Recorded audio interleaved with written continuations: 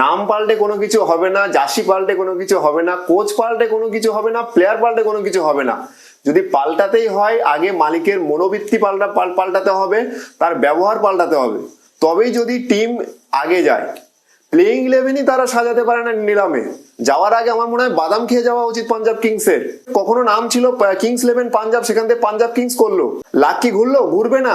আগে নিজের ব্যবহার ঠিক করতে হবে, নিজের প্লেয়ারদের সাথে কিভাবে তুমি ব্যবহার করছো। যে প্লেয়ারটা প্লেইং 11-এ খেলছে সে জানাও না সে পরের ম্যাচ খেলবে কিনা, কি বাদ যাবে সে।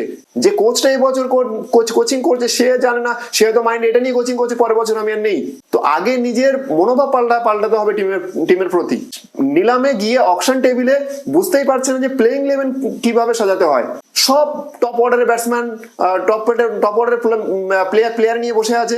ডেথ ওভারে কারা ব্যাটিং করবে? ফিনিশ কি করবে? ঋষি ধাওয়ান, হার্ষেল প্যাটেল, এরা করবে ফিনিশ।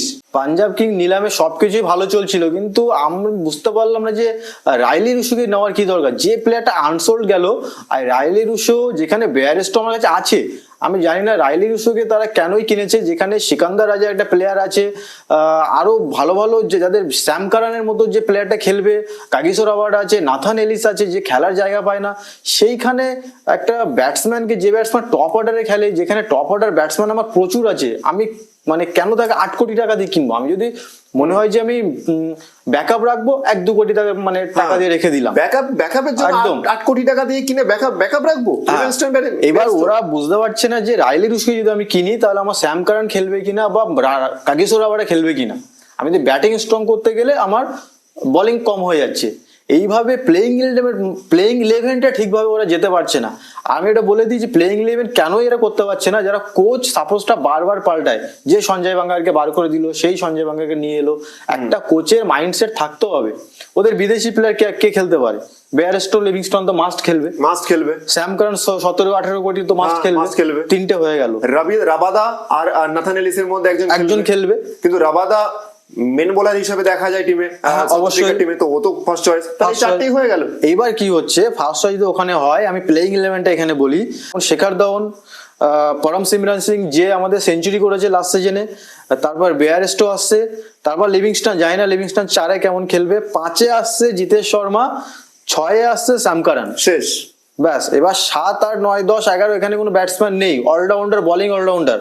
ধরো আমি 15 ওভার 150 করলাম, আর 5 ওভার, কিন্তু 7-8 তো একটা, হ্যাঁ একদম ব্যাটিং থাকে, একদম ঠিক কথা।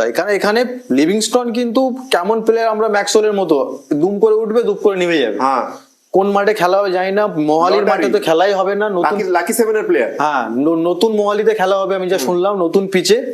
কিন্তু ব্যাপারটা হলো সব ঠিক আছে, কিন্তু এই যে ব্যাটিং ডেথটা নেই, টি20তে ডেথটা দরকার। আচ্ছা, যদি লিভিংস্টোন যে 4-এর জায়গায় যদি অথর্ব টাইডে যে প্লেয়ারটা আছে, সে যদি 4-এ খেলে, তাহলে লিভিংস্টোন 5-এ আসছে। হ্যাঁ, তখন টিম যদি আসে, তখন জিতেশ শর্মা 6-এ আসছে, স্যাম কারান 7-এ আসছে। হ্যাঁ, এইবার টিমটা দেখতে ভালো লাগছে, তারপরে 8, 9 তখন আসছে ঋষি ধাওয়ান, তো খেলবে কিনা জানি না, কোনো পারফরমেন্স কোথাও। ঋষি ধাওয়ান ইম্পর্টেন্ট প্লেয়ার নয়, ঋষি ধাওয়ান ইম্পর্টেন্ট প্লেয়ার। যখন হার্ষেল প্যাটেলকে যখন ওরা নিয়েছে, তাহলে ঋষি ধাওয়ান খেলবেই না। হার্ষেল প্যাটেল তারপরে আসছে, তারপরে যাচ্ছে, কিন্তু তবুও টিমটা যেন অতটা ডেঞ্জারাসটা মনে হচ্ছে না। কারণ হচ্ছে যে লিভিংস্টন আর জিতেশ শর্মার উপরে চাপটা বেশি আসছে। আমি জানি জিতেশ শর্মা ভালো খেলবে, আমরা সবাই জানি, কিন্তু লিভিংস্টন কোথাও না কোথাও মানে যেমন বললাম যে হঠাৎ করে খেলতে পারে বা নিভে যেতে পারে। আমরা কিন্তু রাসেল, পোলার্ড, রহমান পল বা ম্যাক্সওয়েল এদের জায়গায় কিন্তু ওকে খেলাচ্ছি। আচ্ছা, শাহরুখ খানকে ছেড়ে দেওয়াটা কোথাও না কোথাও ভুল হয়েছে কি? ভুল হয়েছে, সেইভাবে ভুলটা তো হয়েছে, কিন্তু এটাও দেখতে হবে শাহরুখ খানকে কিন্তু পাঞ্জাবকেও, তুমি যাকে ইনভেস্টমেন্ট করছো 11 কোটি 12 কোটি, শাহরুখ খানও পাঞ্জাবের কিছু দেয়নি তেমন ভাবে না। তো অ্যাজ আ ফ্র্যাঞ্চাইজি এটা হতেই পারে তাকে তুলে দেওয়া, নিলামে তুলে দিয়ে যাওয়া আবার উচিত ছিল, যাতে কম টাকা যদি পেয়ে যায়, তাহলে কি হতো, তাহলে ওই জায়গাটা একটা ইন্ডিয়ান। এবার এরা কি করেছে, ওই জায়গাটা একটা বোলিং নিয়েছে হার্ষেল প্যাটেল, যেখানে বারবার আশদীপের উপরে চাপটা পড়ছে।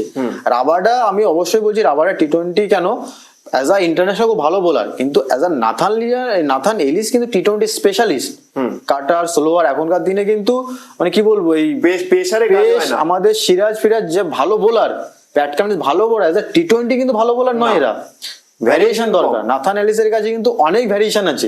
আমার মতে নাথান এলিসের সঙ্গে যদি তারা যায়, অনেকটাই ডেথ ওভারের জন্য তারা ভালো মানে ভালোভাবে যাবে, কারণ T20 কিন্তু আমি আপকামিং ডেসে যা দেখছি অস্ট্রেলিয়া নাথান এলিসই খেলবে।